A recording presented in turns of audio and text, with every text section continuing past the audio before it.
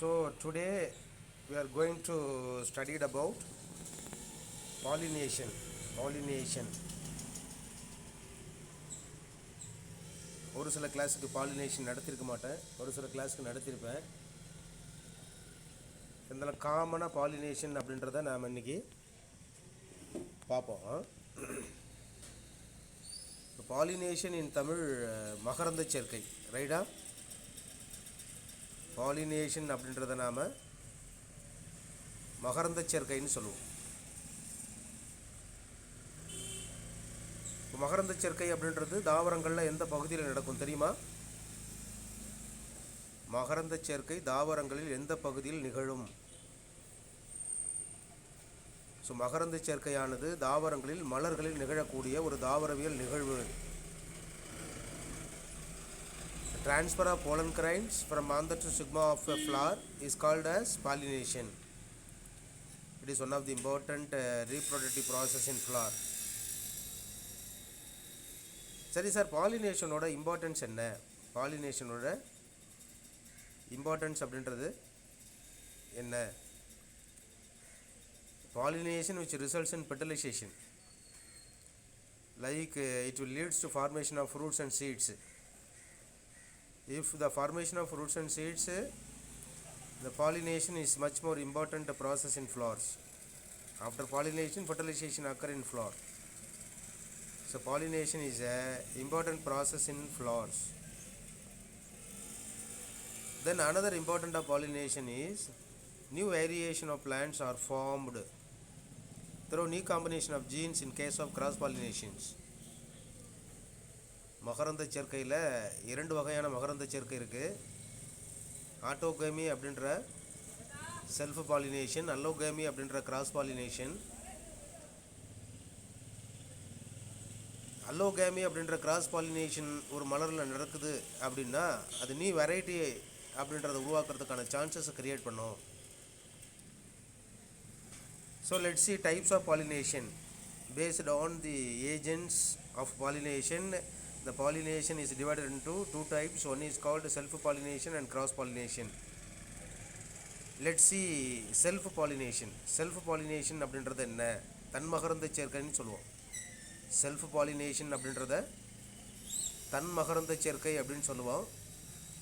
Self-pollination is commonly called as autogamy. Autogamy which means self-pollination. In the self-pollination is occur only in bisexual flower. What is bisexual flower? What type of flower are present in plants? Unisexual male flower அப்படின்றது ஒன்று இருக்குது, unisexual female flower அப்படின்னு இருக்குது, bisexual flower. இப்போ unisexual மேல் flower அப்படின்றது மேல் தாவரங்களில் இருக்கும், யூனிசெக்சுவல் ஃபீமேல் ஃப்ளவர் அப்படின்றது ஃபீமேல் தாவரங்களில் இருக்கும், பைசெக்சுவல் ஃப்ளவர் அப்படின்றது ஒரே தாவரங்களில் இருக்கும். அது மானோஷியஸ் பிளான்ட், டயோஷியஸ் பிளான்ட்ஸ் அப்படின்னு வகை பிரிச்சிருப்போம். இப்போ செல்ஃப் பாலினேஷன் அப்படின்ற ஆட்டோகேமி என்ன சொல்லுது? Self pollination is also known as autogamy. Transfer of pollen grain from anther to stigma of a same flower or another flower born on the same plant is known as self-pollination. Example, Hibiscus rosa sinensis. Hibiscus rosa sinensis. Let's see once again what is meaning for autogamy or self-pollination. Self-pollination is a kind of pollination, the transfer of pollen grain from anther to stigma of a same flower or another flower born on the same plant is known as self-pollination. Good example for self-pollination is Hibiscus rosa sinensis. Hibiscus in Tamil Chembaruthi. Chembaruthi commonly called Chinese rose. It is otherwise called shoe flower. Hibiscus rosa sinensis என்றது botanical name of Chembaruthi. Hibiscus common name அப்படின்றது Chinese rose. அதோட common name அப்படின்றது shoe flower. அந்த shoe flower is good example for self pollination. Shoe flower அப்படின்றது self pollination. சரி sir, advantages of self pollination. Self பாலினேஷனோட advantage என்ன, முக்கியத்துவம் என்ன? It is possible in certain bisexual flower only, right? ஒரு தாவரங்களில் இருபால் மலர் இருக்குமேயானால் அந்த இருபால் மலர்களில் மட்டும் நிகழக்கூடிய மகரந்த சேர்க்கை நிகழ்வு வந்து நாம் செல்ஃப் பாலினேஷன் சொல்லுவோம். That is advantage of self pollinations. Flowers do not depend on agent for pollination.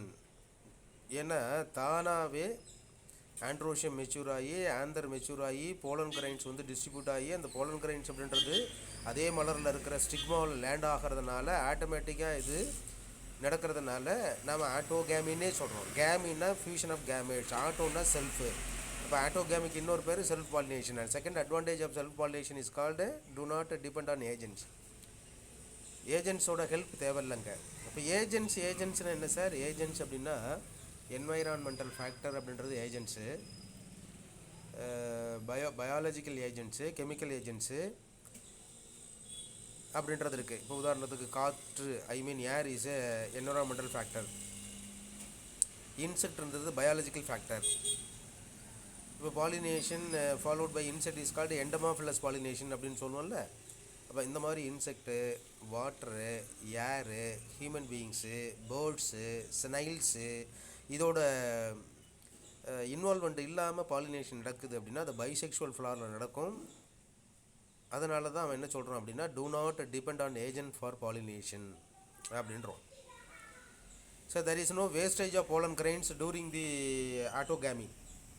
ஆட்டோகேமி அப்படின்ற செல்ஃப் பாலினேஷன் நடக்கும் பொழுது போலன் கிரைன்ஸ் வேஸ்டேஜ் ஆகாது. போலன் கிரைன்ஸ் அப்படின்றது வேஸ்டேஜ் ஆகாது. Then disadvantage of cross pollination பாருங்கள். Disadvantages of cross pollinations. Seeds are less in number. ஏன்னா pollen grains அப்படின்றது நிறைய வேஸ்ட் ஆகும். அதனால் ஃபியூஷன் ஆகிற போலன் கிரைன்ஸ் எக்கோட கம்மியாக தான் இருக்கும். அதனால் seeds are less in number. இந்த எண்டோஸ்பம் அப்படின்றது மைன்யூட்டாக இருக்கும். எண்டோஸ்பம் அப்படின்றது மைன்யூட்டாக இருக்கும். ஒரே தாவரங்களில் அந்த பாலினேஷன் நடக்கிறதுனால எண்டோஸ்பம் அப்படின்றது மைன்யூட்டாக இருக்கும். என்ட்ரோஸ்பம் அப்படின்னா கருவித்துன்னு சொல்லுவோம். therefore the seeds produce weak plants. அதனால் அந்த சீடு உருவானாலும் வீக் பிளான்ட்ஸ் அப்படின்றத அது உருவாக்கும். அப்புறம் new varieties of plants cannot be produced. Self pollination அப்படின்றதுனால நியூ வெரைட்டி உருவாகாது. அதே நேரத்தில் கிராஸ் பாலினேஷன் நடந்துச்சு அப்படின்னா new variety will be formed. அப்போது கிராஸ் பாலினேஷன் எங்கே நடக்கும்? ரெண்டு யூனிசெக்ஷுவல் ஃப்ளார் அப்படின்றது ஃபியூஷன் ஆனால் மேல் ஃப்ளாரில் போலன் கிரைன்ஸ் அப்படின்ற மேல் கேமிட்டோஃபைட் ஆர் மேல் கேமெட்ஸ், ஃபீமேல் ஃப்ளாரில் வந்து ஃபீமேல் கேமிட்டோஃபைட் ஆர் எக்கு ரெண்டும் ஃபியூஸ் ஆச்சு. அந்த ஃபியூஸ் பண்ணுறதுக்கான ஏஜென்ட்ஸ் அப்படின்றது ஏராக இருக்கலாம், வாட்டராக இருக்கலாம், அனிமல்ஸாக இருக்கலாம், மைக்ரோ ஆர்கானிசமாக இருக்கலாம், ஹியூமன் பீயிங்ஸாக இருக்கலாம், என்விரான்மெண்டல் ஃபேக்டராக இருக்கலாம். ஸோ இதன் மூலமாக வந்து பாலினேஷன் நடந்துச்சுன்னா அது கிராஸ் பாலினேஷன் மட்டுமா தான் இருக்கும். அது என்ன மட்டுமா இருக்கும்? கிராஸ் பாலினேஷன் மட்டும் இருக்கும். அதனால் let's see cross pollination. Cross pollination என்ன சார்? கிராஸ் பாலினேஷன் அப்படின்றது என்ன அப்படின்றத நாம் பேச போகிறோம் பாருங்கள். கிராஸ் பாலினேஷன் அப்படின்றது என்ன? It is a second type of pollination in plants. தாவரங்களில் மலர்களில் நிகழக்கூடிய அந்த மகரந்த சேர்க்கை வகை அப்படின்றது ரெண்டு அப்படின்னு சொன்னோம். இந்த ரெண்டு டைப் ஆஃப் மகரந்த சேர்க்கையில் தன்மகரந்த சேர்க்கை, அயல் மகரந்த சேர்க்கை அப்படின்ற ரெண்டு கேட்டகரி. தன்மகரந்த சேர்க்கை அப்படின்றது செல்ஃப் பாலினேஷன் ஆர் ஆட்டோகேமி அப்படின்னு சொன்னோம். அதில் என்ன மாதிரியான அட்வான்டேஜ், அதில் என்ன மாதிரியான டிஸ்அட்வான்டேஜ் அப்படின்றத பேசணும், படித்தோம், பார்த்தோம், லேர்ன் பண்ணோம். Let's see cross pollination. இப்போ cross pollination is second type of pollination in flower. Transfer of pollen from anther to stigma of flower on another plant of the same species. Example apple, grapes, plums போன்ற தாவரம். எல்லா தாவரங்களும் நடக்குது. ஒரு சில examples நமக்கு புக்கில் கொடுத்துருக்கான். இப்போ தெளிவான என்ன பொறுத்துக்கணும்? அயல் மகரந்த சேர்க்கைன்னு பேர் இருக்குது. தமிழில் என்னென்னு பேர்? அயல் மகரந்த சேர்க்கை. அப்போ அயல் மகரந்த சேர்க்கை அப்படின்றது என்னது சார்? ரெண்டு தாவரங்களோட ஃபியூஷன். ரெண்டு தாவரத்தில் இருக்கிற மலர்களோட ஃபியூஷன்ஸ்.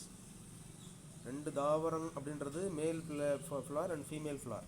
மேல் ஃப்ளார் அண்டு ஃபீமேல் ஃப்ளார். மேல் ஃப்ளாரில் போலன் கிரைன்ஸ் அப்படின்றது எமிட் ஆகுதுங்க. ஃபீமேல் ஃப்ளார் அப்படின்ற ஸ்டிக்மா கூட போய்ட்டு ஒட்டுதுங்க.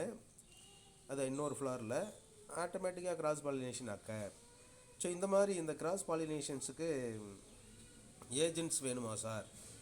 Agents are much more important for cross pollination when compare self pollination. Self பாலினேஷனை கிராஸ் பாலினேஷனோட ஒப்பிடும் பொழுது கிராஸ் பாலினேஷன் நடக்கணும் அப்படின்னா சம் அதர் ஏஜென்ட்ஸ் வேணும். கிராஸ் பாலினேஷனை செல்ஃப் பாலினேஷனோட ஒப்பிட்டு பார்த்தோம் அப்படின்னா செல்ஃப் பாலினேஷன் நடக்கிறதுக்கு ஏஜென்ட்ஸு தேவையில்லை. ஓகே, அப்போ ஏஜென்ட்ஸ் அப்படின்னா என்ன சார்? Undergo pollination is called agents. Undergo pollination is called agents. So இந்த கிராஸ் பாலினேஷனோட அட்வான்டேஜ் என்ன சார்? கிராஸ் பாலினேஷனோட அட்வான்டேஜ் என்ன? அந்த ஃபஸ்ட் அட்வான்டேஜ் பாருங்கள். கிராஸ் பாலினேஷனோட அட்வான்டேஜ் பாருங்கள். Seeds producer as a results of cross pollination develop and germinate properly and grow into better plants. That is, cross pollination leads to the production of new varieties. One of the important advantage from cross pollinations பாருங்க, seat அப்படின்றது ப்ராப்பராக உற்பத்தி ஆகும், development அப்படின்றது நல்லா விகரஸாக இருக்கும், ஜெர்மினேஷன்ஸ் வந்து ஈஸியாக இருக்கும், ப்ராப்பராக நடக்கும், அதனால் பெட்டர் பிளான்ட் அப்படின்றது உருவாகும். ஸோ அதன் அடிப்படையில் ஒரு புதிய தாவரம் உருவாவதற்கான வாய்ப்பு இருக்குது. இந்த new variety will B produced whenever fusion of male pollen grains to anther-stigma. That is important advantage of cross pollination. Second one பாருங்களேன், more viable seeds are produced. ரெண்டு வெவ்வேறு தாவரங்களில் உள்ள மேல் ஃபீமேல் ஃபியூஷன் ஆகிறதுனால வயபிள் சீட்ஸ் ப்ரொடியூஸ் ஆகுது. வயபிளில் வெக்ரஸ், stamina உள்ளது, வீரியத்தன்மை உள்ளதுன்னு சொல்லும், முளைக்கும் திறன் உள்ளதுன்னு சொல்லலாம், பெட்டர் குவாலிட்டி கொடுக்கக்கூடாதுன்னு சொல்லலாம். ஸோ இதுதான் வந்து வயபிள் சீட்ஸ் ப்ரொடியூஸ்ன்னு சொல்கிறது. தென் அதோட டிஸ்அட்வான்டேஜ் பாருங்கள். Disadvantage, pollination may fail due to the distance barrier. என்ன மீனிங்க? பக்கத்தில் ரெண்டு தாவரத்தில் நடந்துச்சு அப்படின்னா போலன் கிரைன்ஸ் ஈஸியாக போயிட்டு அதில் ஃபிக்ஸ் ஆகும். இப்போ காற்று வந்து போலன் கிரைன்ஸ் அடிச்சுட்டு போகுது, அது காற்றோடு அடிச்சுட்டு போயிடுச்சு அப்படின்னா அந்த தாவரங்கள் போயிட்டு ஃபியூஸ் ஆக வாய்ப்பு இல்லை. அதனால் என்ன சொல்கிறான், டிஸ்டன்ஸ் அதிகமாக இருந்துச்சு அப்படின்னா பாலினேஷன் ஃபெயில்ஸ் ஆகும் கிராஸ் பாலினேஷன்ஸில் அப்படின்றான். ரெண்டாவது, more wastage of pollen grains. Because ஒரு அனிமல் அப்படியே ஒரு மலர் மேலே அப்படியே நடந்து போகுது, தாவரத்து மேலே அப்படியே உராசிக்கிட்டு போகுது, போலன் கிரைன்ஸ் கொட்டிடுது, காற்றடிக்குது, போலன் கிரைன்ஸ் கொட்டிடுது. ஸோ ஒரு 100%ல் 20% pollination occur in cross pollination with help of agents. Remaining pollen grains will be wastaged. அதான் more wastage of pollen grains during cross pollination அப்படின்னே சொல்கிறான் அவன். It may introduce some unwanted characters.